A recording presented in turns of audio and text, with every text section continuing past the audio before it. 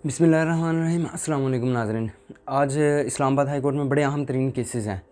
तौहीन अदालत का केस भी है। जस्टिस बाबर सत्तार के कॉन्फिडेंशियल जो मालूमात लीक करने के मुतालिक उसकी भी कुछ डिटेल्स देते हैं। और कल आज साइफ़र केस भी तकरीबन जो इस्लामाबाद हाई कोर्ट ने कल रिमार्क्स दी थी उसके मुताबिक भी आज वो केस को जो है कंक्लूड कर लेंगे और हो सकता है आज इसका फ़ैसला महफूज कर लें। और ये सुनाया कब जाएगा ये कोई पता नहीं है। ये क्या डिटेल्स हैं ये भी कुछ बताते हैं आपके साथ। और कुछ हुकूमत से जो है 20 अरब रुपए की डिमांड कर ली गई है कि सोशल मीडिया को कंट्रोल करने के लिए। इसका भी कुछ हम आपके साथ अहवाल शेयर करते हैं और ये सारी जो तफसीलात शेयर करते हैं। और जो वज़ीर आज़म जो शहबाज शरीफ साहब हैं उनके लिए कुछ मुश्किलात आने जा रही हैं, वो क्या है वो कुछ इसी वीडियो में हम आपके साथ शेयर करते हैं। नाज़रीन, सबसे पहले जो है जस्टिस बाबर सत्तार साहब की कॉन्फिडेंशियल मालूमात लीक करने के मुतालिक जो है ना, वो आज इस्लामाबाद हाई कोर्ट में तौहीन अदालत की इसकी समाअत है और उसमें की समाअत जो जस्टिस मोहसिन अख्तर कियानी साहब की सरबराही में बेंच करेगा।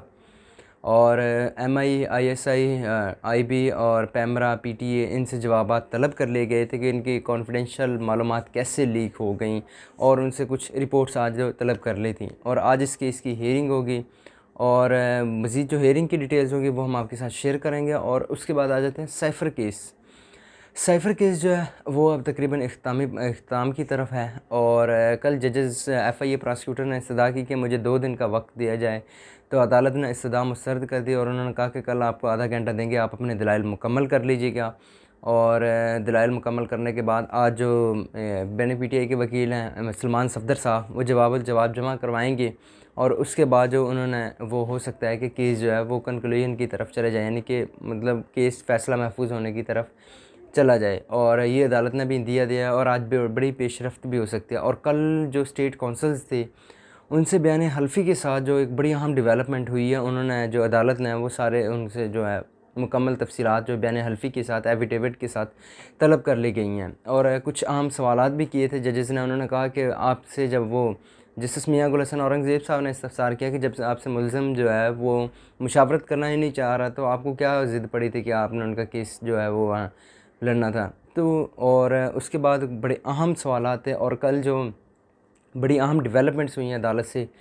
और उसमें ये भी था कि पहले तो मैंने इस चीज़ को आगाह भी किया और बताया भी था कि जो हामिद शाह साहब है वो मान गए थे कि जो बानी PTI का बयान था कि मेरी हुकूमत गिराने में मेरी हुकूमत अगर गिरा दी गई तो ठीक है, नहीं तो फिर इसके संगीन नताइज होंगे। ये जो है वो अदालत के सामने कल उन्होंने परसों तस्लीम कर लिया था। और ये बड़ी अहम चीज़ें हैं। और ये 2 दिन का जो हेयरिंग्स थी ना, कल की और परसों की, ये बड़ी अहम है।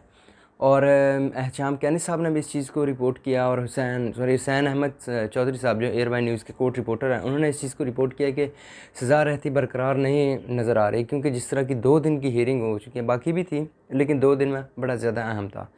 और इसके बाद आ जाते हैं कुछ इमरान खान ने भी जो है वो दरख्वास्त दे दी है कि वो सुप्रीम कोर्ट की लाइव प्रोसीडिंग में ख़ुद पेश होना चाहते हैं। बनिस्बत वीडियो लिंक के वो उन्होंने दरख्वास्त दे दी है कि वो ख़ुद पेश होना चाहते हैं। अब देखते हैं कि सुप्रीम कोर्ट इस दरख्वास्त को मंजूर करती है या नहीं है। और उसके बाद जो है 30 मई को इसकी हेयरिंग है और खैबर पख्तूनख्वा हुकूमत ने दरख्वास्त दी हुई है कि इसकी जो है वो लाइव समाअत की जाए।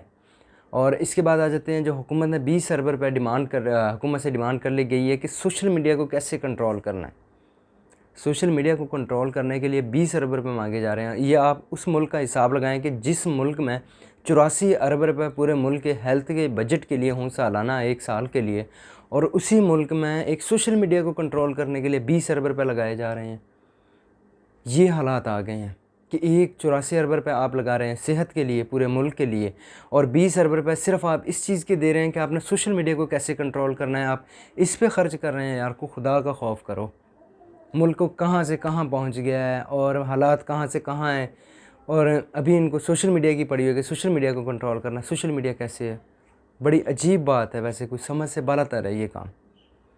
तो ये चीज़ें हैं अभी ये मुल्क में चल रही हैं। अल्लाह हमारे मुल्क पे करम करे और हुक्मरानों को भी अच्छी सोचने की तौफीक दे। और जो वज़ीर आज़म साहब के लिए मुश्किलात आ रही हैं वो ये हैं, एक तो मौलाना फजलुर रहमान साहब जो हैं तहरीक तहफ़्ज़ुज़ आइन के साथ जो मिल गए हैं, उनके प्लेटफॉर्म पे आ गए हैं।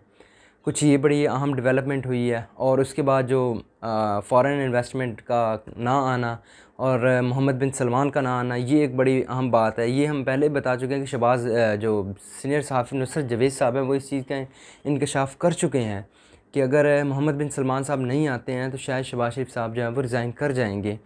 तो ये उन्होंने नुसरत जवेद साहब ने इंकशाफ किया था। और मोहम्मद बिन सलमान साहब तो अब नहीं आ रहे हैं। बजट जो है वो गलबन 7 जून को आ रहा है। तो इसमें जो अभी तक इतलात आ रही हैं कि 9,700 अरब रुपये सिर्फ कर्ज़ों की सूद की मद में जाएगा। और ग़ालिबन 2,2200 से जो 2200 अरब जो है वो दिफा का है। ये सदीक़ जान साहब भी इस चीज़ को रिपोर्ट कर चुके हैं। तो ये बड़ी चीज़ें अहम होने जा रही हैं। आने वाले दिनों में जो मुल्क की सियासी मंजरनामा वो तब्दील होता नज़र आ रहा है। तो ये थी नाज़रीन अभी तक की अपडेट्स। वीडियो अच्छी लगे तो फ़ीडबैक दीजिएगा। हमें इजाज़त दीजिएगा। अल्लाह हाफ़िज़।